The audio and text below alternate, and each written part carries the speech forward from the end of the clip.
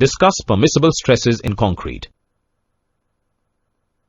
Calculation for permissible stresses in concrete is done via resistance to cracking, strength calculation, for any calculation related to resistance of members to cracking. All values of shear and permissible stress because of bending shall confirm values mentioned in the table. The permissible tensile stresses because of bending is applied on the face of the member in contact with the liquid. In case of members smaller than 22.5 centimeters in thickness, bending's permissible stress is also applied to remote side of member which is not in contact of the liquid. In strength calculations, all values of shear and permissible stress because of bending shall confirm values mentioned in the table.